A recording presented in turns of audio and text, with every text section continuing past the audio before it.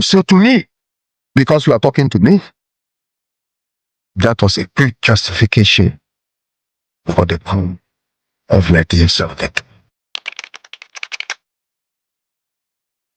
Beloved Ghana, born with a deep sense of pride, nurtured with unshakable courage, has said goodbye forever to reaction, to timidity and hypocrisy in government, and to the suppression of the interests and welfare of the people. Together we shall make Ghana great. Long live the revolution. Long live Ghana.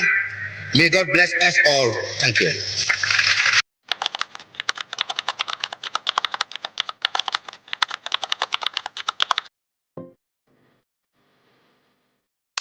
How did history forget this great man who helped shape Ghana? Why is the name General Ignatius Kutu Acheampong often remembered only through controversy, jokes, or silence, while the policies that fed the nation and strengthened self-belief are quietly pushed aside? Acheampong ruled Ghana during one of its most difficult and unstable periods. He made bold decisions under pressure. He challenged foreign economic control. He promoted self-reliance when Ghana was close to collapse. Yet, after losing power, he was arrested and executed without any public trial. No court law, no final word, no opportunity to defend himself from the country he once ruled. To understand the Acheampong, we must first understand Nkrumah. Our enemies are many, and they stand ready to pounce upon and exploit our every weakness. They prey upon our vanities and flatter us in every kind of way. They tell us that this particular person or that particular country has greater or more favorable potentialities than the other. They do not tell us that we should unite, that we are all as good as we are able to make ourselves once we are free. Nkrumah was Ghana's first prime minister and later president, and one of Africa's most influential leaders. He believed political independence meant nothing without economic independence.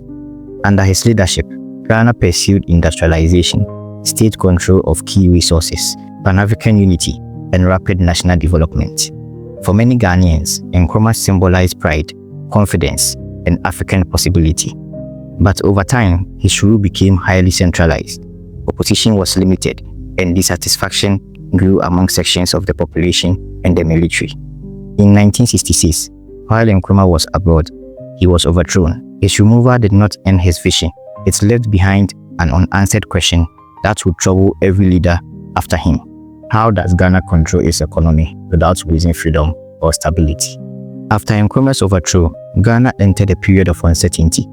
The National Liberation Council, a military police government, ruled temporarily. Their mission was to reverse Nkrumah's centralized policies and reopen Ghana's economy to Western institutions. Some freedoms returned, but economic problems did not disappear. Ghana remained dependent on cocoa exports and foreign loans. The structural weaknesses of the economy were still present. Eventually, power was handed back to civilians, but the deeper issues remained unresolved. In 1969, Dr. Kofi Busia became Prime Minister.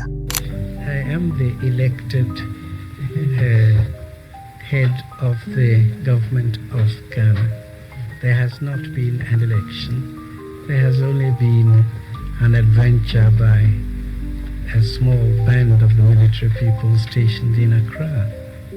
Busia was a respected intellectual, a strong believer in democracy, human rights, and constitutional governance.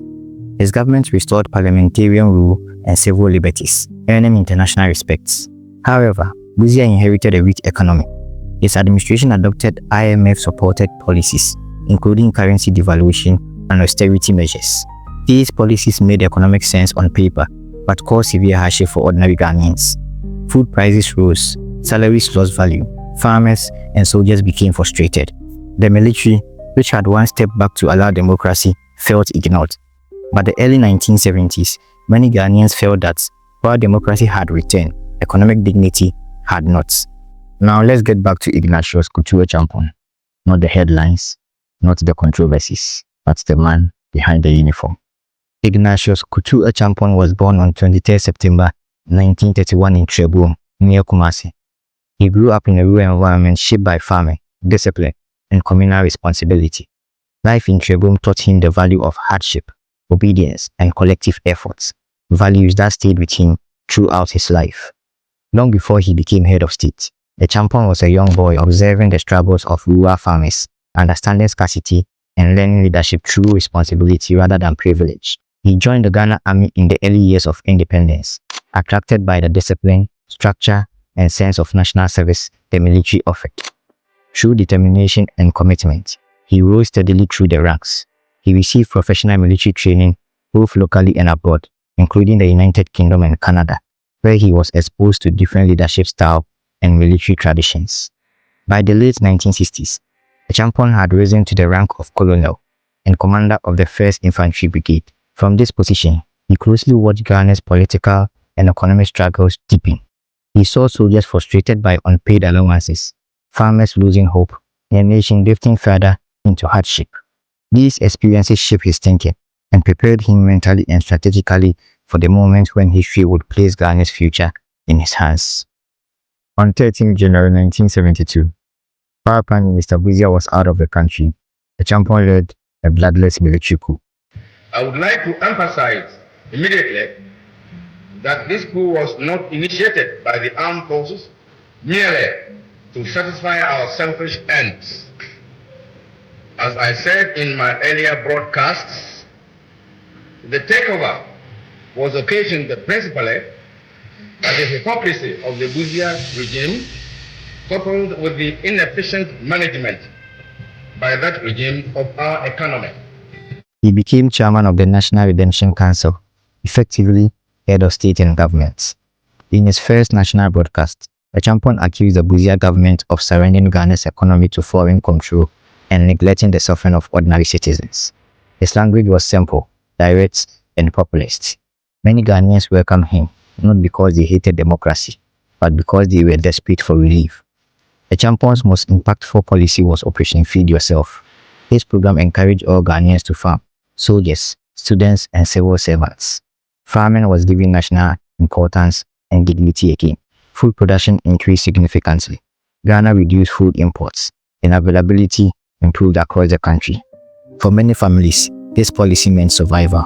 Operation Feed Yourself restored confidence and reminded Ghanaians that self-reliance was possible. Again, Acheampong believed unfair foreign debts had trapped Ghana. His government renegotiated and rejected some external debts, arguing they were unjust and harmful. This angered international institutions and isolated Ghana diplomatically. Economic challenges continued, but Acheampong believed sovereignty mattered more than approval. His leadership reflected strong economic nationalism, echoing part of Nkrumah's earlier vision. As time passed, Acheampong leadership became more centralized. He proposed union government, a mix of military and civil rule. Supporters believe it will bring stability. Critics fear it will delay democracy indefinitely. Public trust declined. Protests grew. Divisions appeared within the military itself. In July 1978, Acheampong was forced to resign by senior officers. In June 1979, Ghana entered another turbulent phase. Flight Lieutenant Jerry John Rawlins, a young Air Force officer, emerged as leader of the Armed Forces Revolutionary Council. Rawlins presented himself as a revolutionary, fighting corruption and injustice within the military elite. His message resonated with frustrated soldiers and civilians. Acheampong was arrested. On 16 June 1979, Ignatius Kutu Acheampong was executed by firing squad along with General Edward Kwaku Utuka. He was not given a public trial. There was no opportunity to defend himself in a court of law. The execution was swift and final. This moment remains one of the most painful chapters in Ghana's history. Why did history forget this great man who helped shape Ghana? Because he fell. Because he was executed. Because history is written by those who survive. Acheampong was not perfect, but he mattered. He fed Ghana. He challenged foreign dominance. He died without trial.